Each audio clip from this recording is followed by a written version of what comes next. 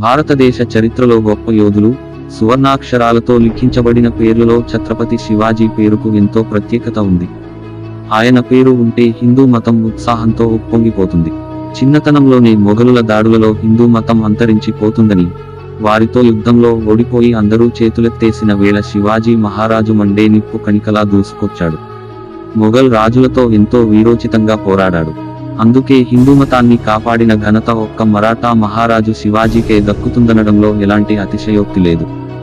అందుకే ఆ యోధుడి జన్మదినోత్సవాన్ని భారతదేశ వ్యాప్తంగా ఒక వేడుకలా జరుపుకుంటారు. ముఖ్యంగా మహారాష్ట్రలో ఒక పండుగలా నిర్వహిస్తారు. చరిత్రను పరిశీలిస్తే 1674లో శివాజీకి చక్రవర్తిగా పట్టాభిషేకం జరిగింది. ఆయన పుట్టినప్పటి నుంచి వీర మరణం పొందే వరకు ఎలాంటి విజయాలు సాధించారనే ఆసక్తికరమైన విషయాలను ఇప్పుడు తెలుసుకుందాం. శివాజీ జననం క్రీస్తు శకం 1630లో ఫిబ్రవరి 19వ తేదీన మహారాష్ట్ర పూణే జిల్లాలో ఉన్న జనార్లోని శివనీర్ కోటలో జిజియాబాయి, షహాజీ దంపతులకు శివాజీ జన్మించారు. ఆయన తల్లి క్షత్రియ వంశీయురాలు. శివాజీ పుట్టకముందే పుట్టిన వారంతా చనిపోవడంతో ఆమె శివపార్వతులను పూజించగా శివాజీ క్షేమంగా ఉన్నాడు.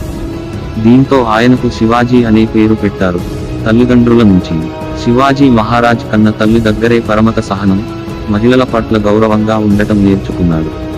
అతి చిన్న వయసులోనే తను పుట్టిన భూమికి మేలు చేయాలని, ప్రజలతో ఎలా నడుచుకోవాలో శివాజీకి జిజియాబాయి పూసగుచ్చినట్టు వివరించారు. మరోవైపు తన తండ్రి పూణేలో జాగీరుగా ఉండేవారు. తన తండ్రి దగ్గర నుంచి యుద్ధ విద్యలు నేర్చుకున్నాడు. రాజనీతి మెలకువలు నేర్చుకుంటూ తన తండ్రి ఓటముల గురించి అధ్యయనం చేసేవాడు. అప్పుడే సరికొత్త యుద్ధ తంత్రాలను నేర్చుకున్నాడు. కత్తి పట్టిన తొలి రోజుల్లోనే శివాజీ 17వ ఏటలోనే కత్తి పట్టాడు. అంతేకాదు 1000 మంది సైన్యంతో వెళ్లి బీజాపూర్కు చెందిన తోర్నా కోటను స్వాధీనం చేసుకున్నాడు. ఆ తర్వాత 3 ఏళ్లలోపే రాజ్గఢ్, కొండన ప్రాంతాలను చేజిక్కుంచుకుని పూణే ప్రాంతాన్ని తన స్వాధీనంలోకి తెచ్చుకున్నాడు. గెరిల్లా యుద్ధ రూపకర్త. ఓటమి తప్పదు అనిపిస్తే యుద్ధం నుంచి తప్పుకోవాలి. అనుకూల సమయాన్ని చూసి దాడి చేసి గెలవాలి. ఈ సూత్రాన్ని శివాజీ ఎక్కువగా నమ్మేవారట. ఇదే శివాజీ పాటించే యుద్ధ తంత్రం. దీన్నే గెరిల్లా యుద్ధం అంటారు. అన్ని మతాలను సమానంగా శివాజీ మహారాజు ముస్లిముల దురాక్రమణను వ్యతిరేకించినప్పటికీ తన రాజ్యంలో లౌకికవాదాన్ని పాటించారు. అన్ని మతాల వారిని సమానంగా ఆదరించారు. ఇతర మతాల వారిని కూడా గౌరవించారు. అంతేకాదు హిందువుగా మారిన ఓ వ్యక్తికి తన కుమార్తెను ఇచ్చి వివాహం కూడా జరిపించారట. ఛత్రపతి శివాజీ స్నేహితుల్లో చాలా మంది మహమ్మదీయులు ఉన్నారు. తన సైనిక వ్యవస్థలో కూడా ఎందరో ముస్లింలకు సముచిత స్థానం కల్పించారు. ఆధునిక యుద్ధ తంత్రాలు. శివాజీ యుద్ధ తంత్రాలు శత్రువులకు అస్సలు అంతుబట్టని విధంగా ఉండేవట. తిరుగులేని యుద్ధ వ్యూహాలను అనుసరించడమే శివాజీ అసమాన ప్రతిభకు నిదర్శనం. పటిష్టమైన సైన్యంతో పాటు నిఘా వ్యవస్థను కూడా కలిగి ఉండటమే కాకుండా ఆధునిక యుద్ధ తంత్రాలను ఉపయోగించాడట. బలమైన నావికాదళం.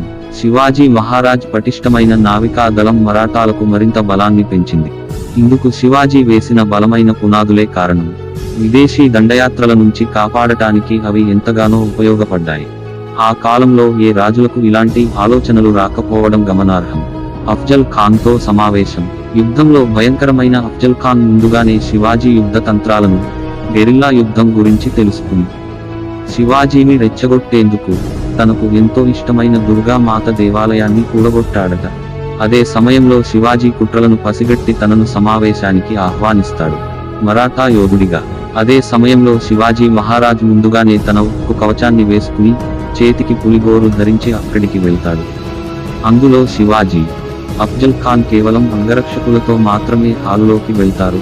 అక్కడ అఫ్జల్ ఖాన్ శివాజీని కత్తితో పొడించేందుకు ప్రయత్నించగా తన పులిగోర్లతో శివాజీ అఫ్జల్ ఖాన్ను ఖతం చేస్తాడు. అందుకే ఆయనను మరాఠా యోధుడు, ఛత్రపతి శివాజీ మహారాజుగా పిలుస్తారు.